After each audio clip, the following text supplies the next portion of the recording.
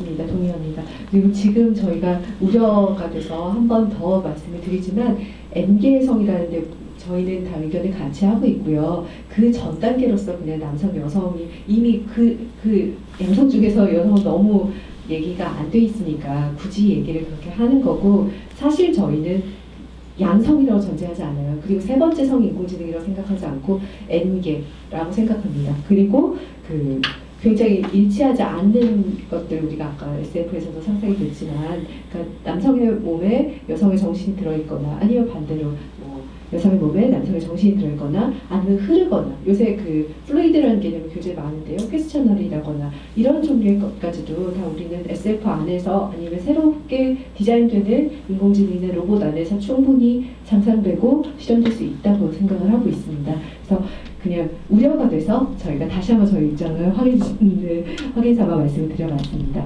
혹시 너무 첫 질문이 굉장히 좋았는데요. 혹시나 다른 또 의견이나 질문이나 이런 생각이 있으십니까?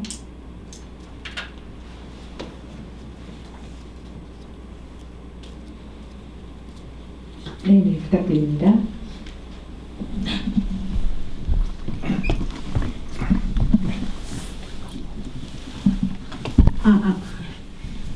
이게 질문인데요. 저는 이게 SF나 AI에 대해서는 잘 몰라요. 항상 이게 인터넷을 하니까 당연히 많이 듣지만 많이 듣는 만큼 많이 몰라요. 그래서 제 질문이 좀 말이 안 될 수도 있다는 이야기를 먼저 되게 엉뚱하기보다는 너무 기초적인 질문을 드리는 게 아닐까 하는 걱정이 좀 들어서요. 그러니까 제가 이제 쭉 발제자님 발표를 들었는데 결국 알파고라든가 제가 지금 현재 설명을 듣고 이해한 AI에게 있어서 가장 중요한 기능이 엄청나게 많은 데이터를 빠르게 처리할 수 있다는 거라고 저는 그렇게 이해를 했어요. 그 AI의 가장 중요한 기능이. 그런데 이제 그리고 이제 우리가 AI를 만드는 데 있어서 방금 아까 이제 발제자님이 두 번째 발제자님이 설명해 주셨던 많은 어떤 부작용들과 문제들이 기초적인 데이터가 부족하고 그 이게 발제자님 표현으로 지저분한 데이터이기 때문에 문제가 된다는 이야기를 들었어요. 그러면은 이 지저분의 문제는 그러니까 수도 적지만 지저분한 데이터들을 처리하는 속도를 인간이 따라가지 못하기 때문에 아까 같이 이제 뭐 위안부 할머님들을 매춘부라고 잘못 올린다거나 그거를 결국 구글 그 직원들은 몰랐던 거잖아요. 그게 올라가는 동안.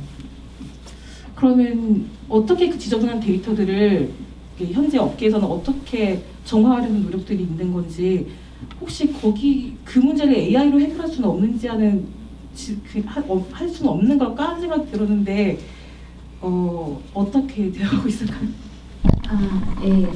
전혀 참고로 일단 질문이 전혀 뭐 기초적이거나 이상한 거 아니고요. 굉장히 현재 고민되고 있는 문제들인 게 맞아요.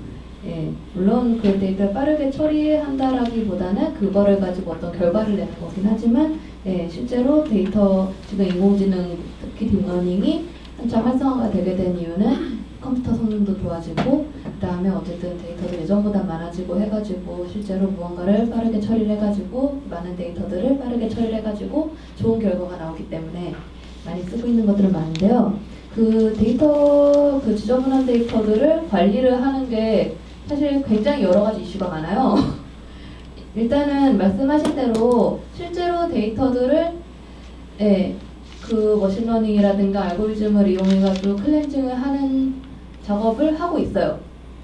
그런 거를 하는 곳들도 있고 그래서 어느 정도 이제 할 수는 있는데 근데 그것도 할 수 있는 것도 있어요. 왜냐면은 그 데이터들을 학습을 시키려면은 어쨌든 이게 맞다 틀리다가 있어야 돼요. 그러니까 이 데이터는 잘못된 게 맞다, 이 데이터는 잘 된 게 맞다. 근데 그래야 이제 그거를 컴퓨터한테 열심히 가르쳐서 그러면 이제 컴퓨터가 얘는 틀리고 얘는 맞고 그러면 이제 비슷한 거를 갖다 줘도 얘는 틀리고 맞고를 구분을 할 수 있게 되잖아요. 그래서 이걸 일종의 학습이라고 하게 되는데 그렇게 지저분한 데이터를 일단은 사람이 분류를 해줘야 돼요. 그러면은 이거는 지저분하다, 이건 아니다. 거기다가 그게 그 분류된 양도 많아야 돼요. 그러다 보니까 지금 데이터 클렌징을 실제로 시도를 하고는 있는데 아직까지 그렇게까지 좋은 성과가 나오진 않고 이거 말씀하신 대로 실종하고 있어요. 예, 그 다음에 인터넷이나 이런 데 떠 있는 그런 어쨌든 특히 이제 잘 관리가 안 되는 데이터들은 그런 공공 데이터, 오픈돼 있는 것들 그런 데이터들인데 그런 거 같은 경우에는 그 데이터를 이거는 못 쓰겠으니까 뭐 지워야겠다라든가 이런 거를 사실 각각의 데이터들도 기본적으로 그 데이터를 만든 사람과 그 데이터에 기록된 사람의 권리가 있는 거다 보니까 이거를 손쉽게 이거는 뭐 이런 글 나쁘니까 지우겠다 이게 어떤 정책이 있지 않고서는 굉장히 좀 어려운 문제예요. 그래서 이런 권리라든가 아니면은 그 데이터 소유주 뭐 이런 이슈들이 있고 그 다음에 또 이제 또 이런 거를 규제를 하게 되면은 또 규제를 어떤 식으로 해야 되냐 이게 규제를 하는 것이 맞는가 아닌가 이런 거에 대한 이슈들도 있어서 네, 굉장히 좀 어려운 문제입니다. 네, 여러 가지로 고민을 해봐야 될 것 같아요.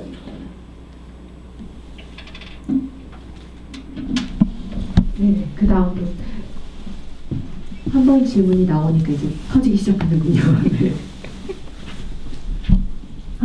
네, 저 그 마지막에 그 질문 3개 있었잖아요. 그것 중에 두 번째 질문이 이제 굳이 여성 로봇 그리고 여성 AI가 필요한 경우에 대해서 저는 생각해 봤는데 저도 이제 바이너리나 논바이너리 젠더 퀴어의 존재를 부정하진 않지만 그럼에도 불구하고 이제 저희가 이제 가부장제 사회에서 살고 있으니까 그러한 성역할에 대한 스테레오타입을 좀 이용해야 될 필요가 있다고 느끼는데 이제 오버워치라는 블리자드가 개발한 이제 온라인 게임이 있잖아요. 거기서 이제 바스티온이라는 캐릭터는 이제 기계음만 내는데도 이제 여성으로 인식되지 않고 대신에 이제 새로 나온 캐릭터가 오리사가 굳이 여성의 목소리를 내면서 이제 옴닉인데도 불구하고 여성이라는 특정성을 이제 넣어줬잖아요. 그러니까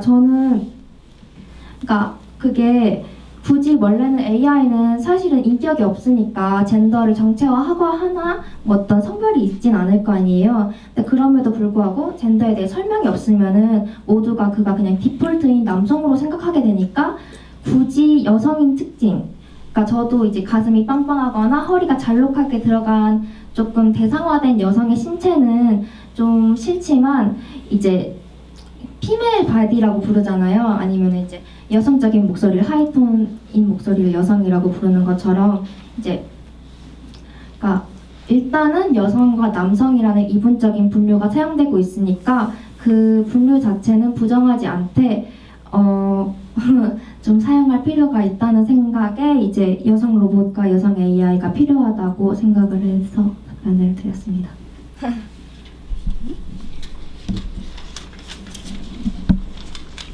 이상훈 작가님 답변 주시겠나요? 저는 말씀하신 거에 뭐 전반적으로 되게 재밌게 들었고 공감을 하면서도 약간 지금 이야기를 들으면서 그런 생각을 했어요.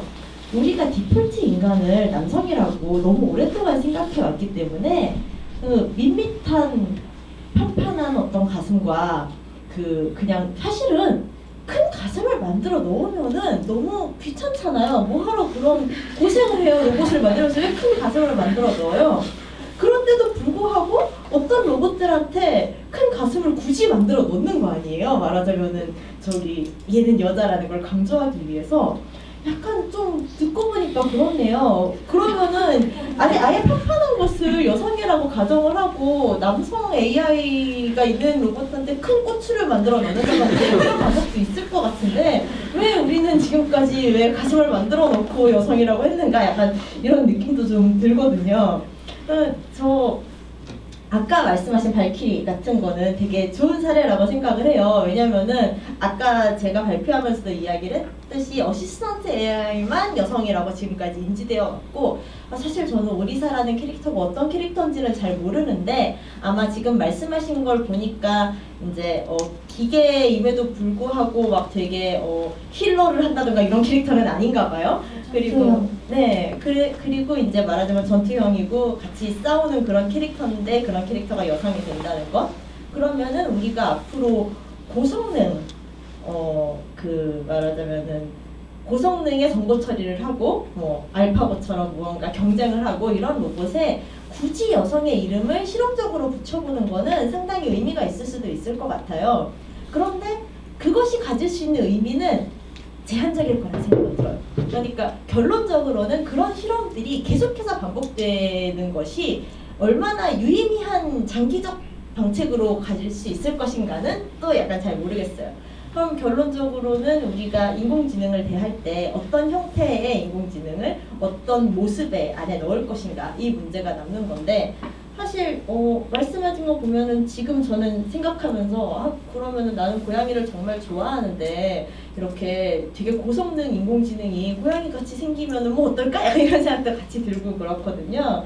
그러면 이제 AI 격이라는 것이 가지고 있는 어떤 그 외양뿐만 아니라 AI 그 자신한테도 우리가 굳이 젠더를 부여하지 아니라는 노력이 사실은 좀 더 장기적으로 돼야 될 것 같기는 한데, 지금 말씀하신 것처럼 고성능의 로봇에 여성의 이름을 단기적으로 붙이는 시도 같은 것들이 되면은 굉장히 재밌을 것 같다는 생각이 듭니다. 네, 저도 이제 로봇이 인간의 형태를 가지지 않아도 되고 또 이제 젠더를 해체했으면 좋겠다는, 좀 멀리서는 그렇게는 생각은 하지만 당장은 여성의 역할을 좀 더 주는 게 어떨까 하는 의견이었어요. 그 말씀하신 거에 잠깐 제가 보충 설명 하나 드리겠는데, 그 가슴 표현을 하잖아요, 게임 속에서. 근데 그게 유래가 있다고 합니다. 그 계보들이 그 게임 개발 안 했어요.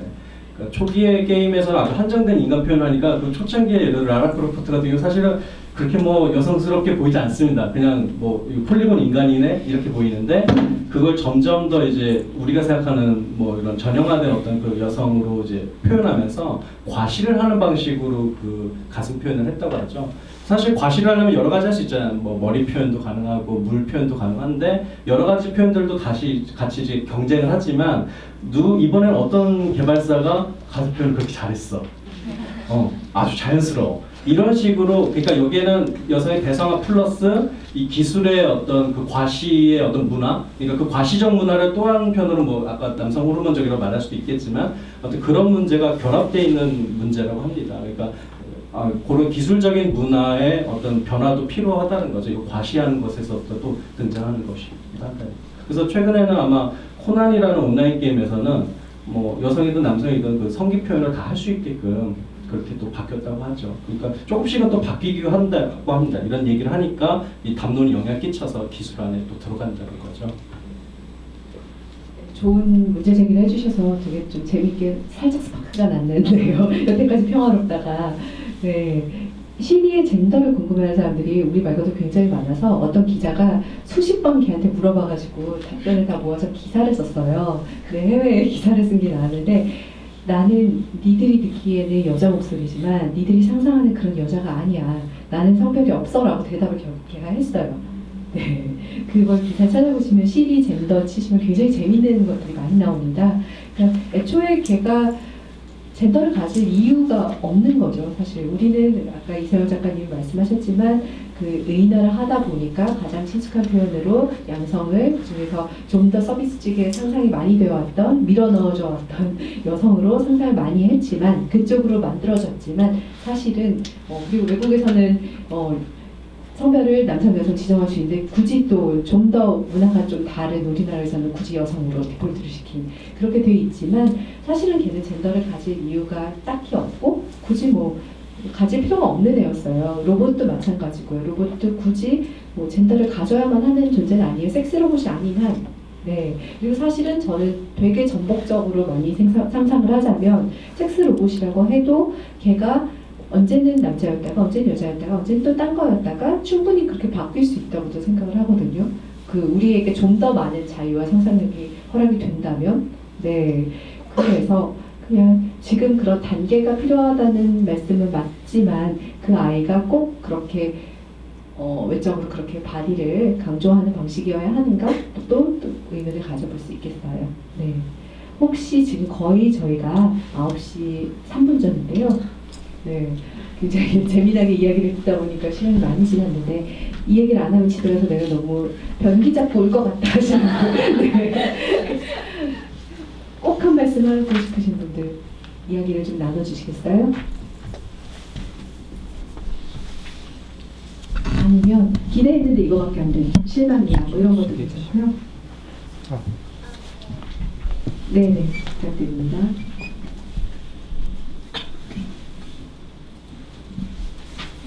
그 서영 작가님이 고양이 얘기하실 때 저도 비슷한 생각을 했었거든요. 전부 다 고양이면 상관이 없지 않을까 이렇게 생각을 했었는데 그러니까 그 로봇에, 그러니까 AI에게 꼭 젠더가 필요할까라고 이렇게 말씀을 해주셨는데 저는 생각을 해봤어요. 굳이 사람한테도 젠더가 굳이 필요할까?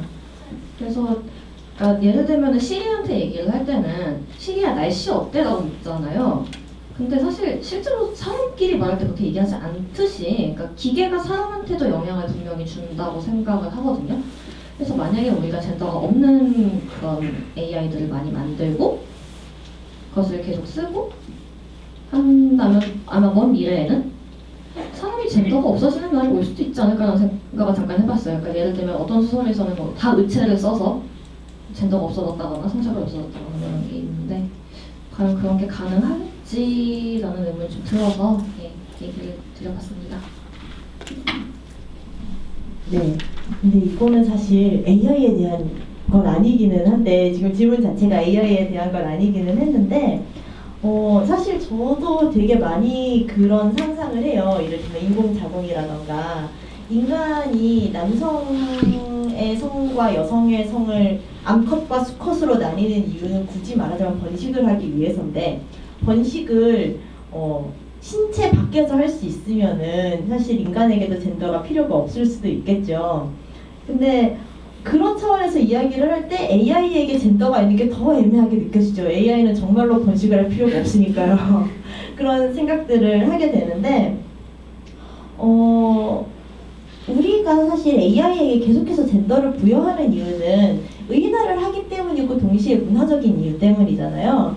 그런 차원에서 봤을 때 만약에 인류가 정말로 인공자궁 혹은 뭔가 그 인공자궁이란 말도 좀 이상하네요. 그렇게 되면 더 이상 자궁이 아닌데 그런 것들이 말하자면 인큐베이터 형태가 되겠죠. 그런 것들이 개발이 돼가지고 더 이상 암컷과 수컷으로 나뉠 필요가 없어진다고 하더라도 젠더가 없어지기까지는 굉장히 오랜 시간이 걸릴 것 같아요.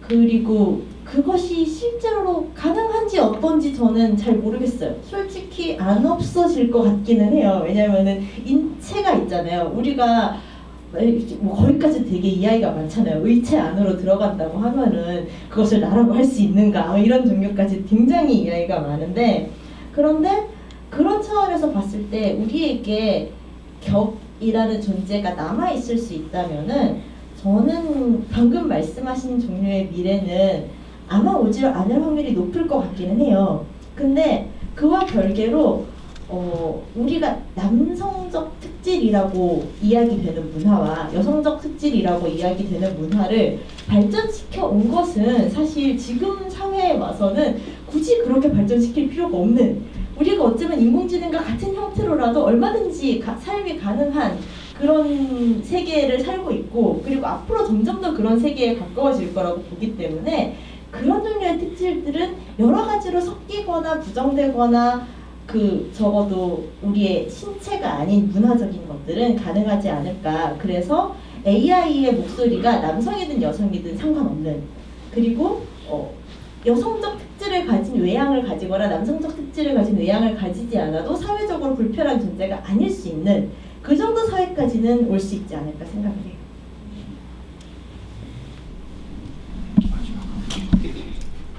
질문이 아까 저 위쪽에 계시는 남자분이 한 분 더 계셨고요. 너무 질문도 좋고 답변도 좋고 우리 괜찮네요. 네, 부탁드립니다.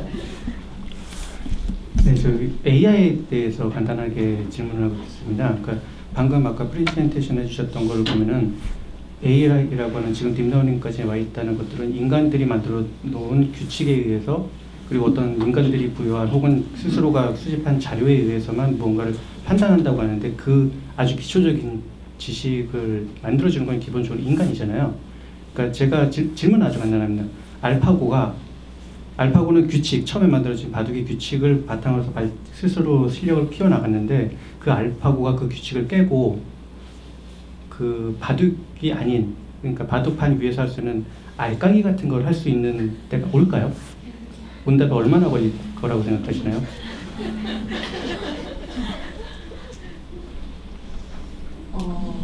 사실 불가능한 거는 아니에요. 네.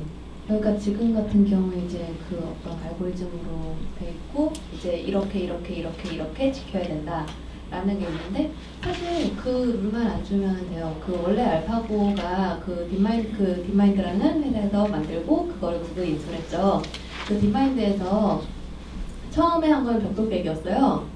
그래서 그 벽돌깨기 가지고 하는데 그때 그 초반에 처음에 걔가 벽돌깨기를 잘 하기 전까지는 막 정말로 그 이렇게 공 튀기기잖아요. 근데 공을 정말 자기 멋대로 튀겨요. 근데 공 막 버리고 혼자 딴 데 가고 그 난리를 치는데 그러니까 그 알까기라는 게 그렇게 오히려 학습을 하기 전에 정말로 되게 이상한 행동을 보이거나 아니면은 정말로 얘가 돌을 놓아야 되는데 돌을 놓지 않고 뭐 돌을 던진다든가 다른 행동을 하는 식으로 할 수가 있어요. 근데 다만 그걸 사람들이 알까기로 안 볼 가능성이 많겠죠. 그래서 만약에 그 AI가 그런 규칙을 처음에 주어진 규칙을 깨고 그 이상을 만약 그 자신의 규칙을 만들고 그게 누적이 되고 발전이 된다면 그럼 그 AI가 스스로 생각을 하고 나중에 그 AI가 스스로 자신의 젠더를 선택할 가능성도 있을까요? 그거를 그러니까 그 규칙을 깨는 거하고 그 자기가 무엇을 스스로 하는 거하고 또 다른 얘기예요. 그러니까 그 만약에 그러니까 저희가 아까 전에 얘기를 드렸다시피 저희가 이제 그 어떤 행동에 대해서 피드백을 해요. 그러니까 만약에 그 알파가 처음에 그 벽돌 깨기를 할 때 이상하게 벽돌을 놓는 이상하게 공을 튀기는 거를 저희가 만약에 그거를 오케이 그러니까 잘했다라고 하면은 이제 그 식으로 좀 더 발전을 할 거예요. 근데 만약에 저희가 피드백을 너 이렇게 하면 안 된다. 걔 그러니까 점수를 안 주겠죠. 원래 그렇게 하면은 이제 그러다 보니까 이제 그 점수를 주는 방향으로 점점 잘하게 되는 건데요. 그러다 보니까 그것을 그러니까 그거는 여러 가지 이상 행동 중에 하나인 거고, 그런데 그 이상 행동 중에 하나인 거를 뭐 자기가 그러니까 이거 선택을 하는 게 좋다 싫다를 완벽하게 이해를 해가지고 하는 거하고 이상 행동 중에 하나인 거하고 좀 다른 얘기인 거죠. 지금 선생님께서 질문하신 것은 우리가 이 자리에서는 유독 시간 제약이 있으니까 우리의 기획이나 디자인을 바꿔서 걔네들을 만들어가는 방향으로 이야기를 나눴는데 선생님의 질문은 그 아이가 어느 순간 우리의 기획과 디자인을 뛰어넘는 순간이 왔을 때를 질문하신 것 같아요. 우리 오영진 선생님이 그런 쪽에 대해서 좀 잘 알고 계시지 않을까, 뭔가 마무리를 할 수 있지 않을까 싶은데요. 굉장히 어렵네요.